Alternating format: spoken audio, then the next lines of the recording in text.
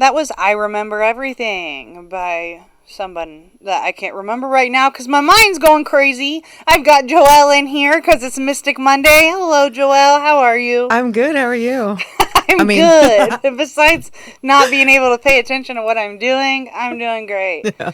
I'm glad all I gotta do is push a button and hope that somebody's listening out there. So Yeah. It's always the hope, right? Yeah, exactly.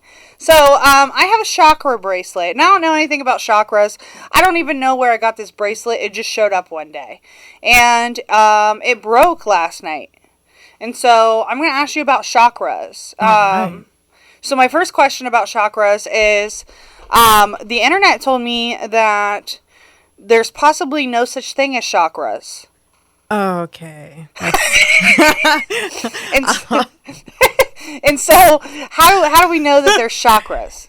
Because they're energy points in your body. So it's scientifically proven that you have energy points.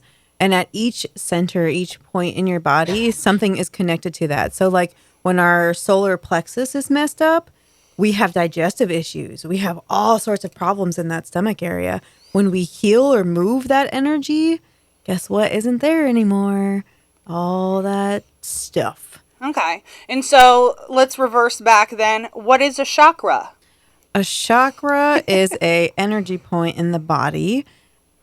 Each one pinpoints a certain area, so it really depends on the chakra and where it's located. Okay. And there's 7 chakras, right?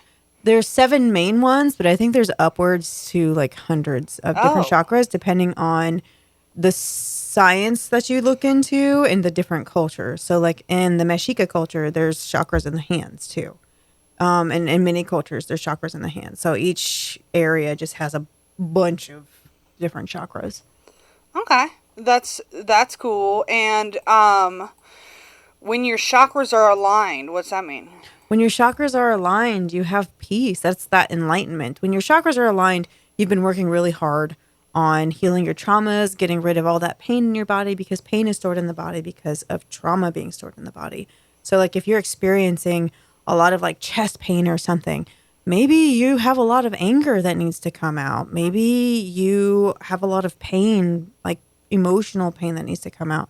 When you release those things, you feel 10 times better and your chakras align. So you're able to love, you're able to trust in yourself, you're able to have compassion, you feel balanced, you feel more in tune with things, and you trust, you speak, you see all of those beautiful things that we aim to do, but we can't because our chakras are blocked. Okay. That sounds cool. Yeah, it can be. It can be when they're aligned. Yeah, right? when they're aligned, it's great. When they're not so aligned, it's not so great. So there's this girl I watch on the Facebook. She makes videos about traveling the world or whatever, and she's always like, she'll tell me because like, you know, I'm one of millions of her followers, but like we're best friends, is that she'll be telling everybody about how she has a chakra out of line because she's having digestive issues, or she's just grumpy today, and so she knows it's this certain chakra, and so she's just going to try to breathe and sit in the sun and enjoy her time until she's not grumpy anymore. And she tells other people to do that. And she doesn't go into much detail about the chakras and stuff like that, but she can really tell what's off on her body, and I think that's really cool. The chakras don't get a good enough rap for what they're worth, if that makes sense. Yeah, I think so too. I think a lot of people just think like, oh, I'm having this stomach pain, like I need to go to the doctor, I need to find out what's going on. And yes, if that's what suits you, then do that. But also fixing the spiritual self is just as important, because if you're experiencing, you know, like if you have IBS and you're experiencing all of a sudden there's a flare up and you haven't had a flare up in months or years, well, what has triggered that inside of you? And that's why it's so important to like go outside, to ground, to honor that space, putting your hand in that space and asking it, what is it that's triggering me? Or how can I honor the medicine and the wisdom of that space? And so like when you go outside, like I tell most of my clients, to start any chakra work, go sit outside, imagine the sun if it's not out, the sun contains Suriel, which is soul sacred energy. And when it goes around you, it not only cleanses those spaces, but it opens them up so that you can pay attention and so that you can be aware of what needs worked on. Yeah, that makes sense. Yeah. That's heavy. Oh, yeah. Chakra work can be kind of heavy because it makes us face those things that we're really struggling with. Like when I first started my path, when I would do like a chakra kind of scan on myself, my heart was made out of jade. And I would try to pry it open and nothing was working. And I was getting so frustrated. I'm like, I'm not working on it. I'm just wanting to pry it open. Well, what I found out is that doesn't work. You have to work on that space. You have to honor it being closed and ask how you can heal it. And the more that I worked on that heart space, the more it gently opened and was not stone. But that happens, though, when we continuously push and push and push and push and just shove everything in. What do you think is going to happen? They're going to turn to stone. They won't open. And we just got to work on things. Yeah. So you talked about setting in the sun to try to start healing chakras and things like that. Do you have any advice for people that are listening that might be interested in chakra work? Yeah. So the thing that I always tell people is, one, attune yourself with the colors of the chakras. Don't really worry so much on what they mean right off the bat, but at least know the colors, because the colors will tell you everything. And once you know the colors, then you can determine, okay, this chakra is specifically for this area. So what I always tell my clients going into it is sit outside or sit somewhere you can imagine the sun hitting you. Close your eyes and envision that sun energy or the sunlight just kind of coming down. As it comes down, your first chakra is going to be the crown, which is white. So typically I see it as a flower. It's a lotus flower for me. So I see a white lotus flower open and expand. You thank it.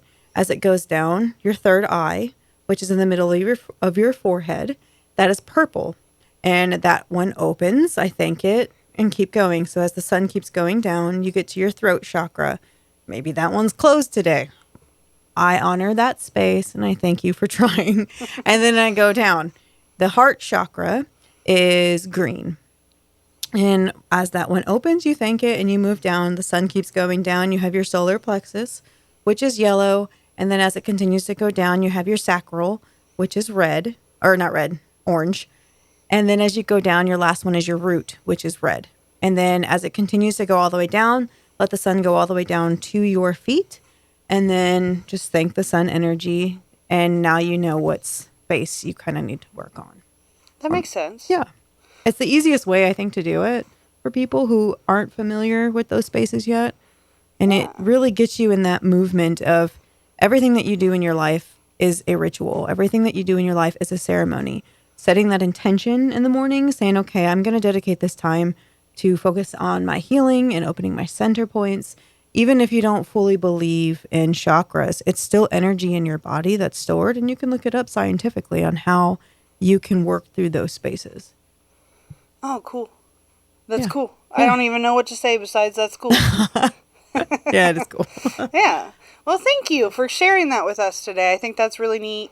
I think next time you come in is next Monday, and we'll be doing Tarot Tuesday or Tarot Monday. Yes. Yeah, so that's very exciting because it's the day after Easter. Yes. Yeah, so April 1st. So it's also April Fool's. It's also my husband's birthday. It is? So I'm going to try to get him in here with me, too. Oh, that would be so much fun. So he can watch, yeah. Yeah, I think that's perfect. I know, I'm excited. Yeah, I love that. Okay, well, we'll be back with more BS in the afternoon right after this, right here on Hits 105.5. Again, JoElle, thank you for being on the show. Yeah, thank you for having me. Every time you're here, I learn something new.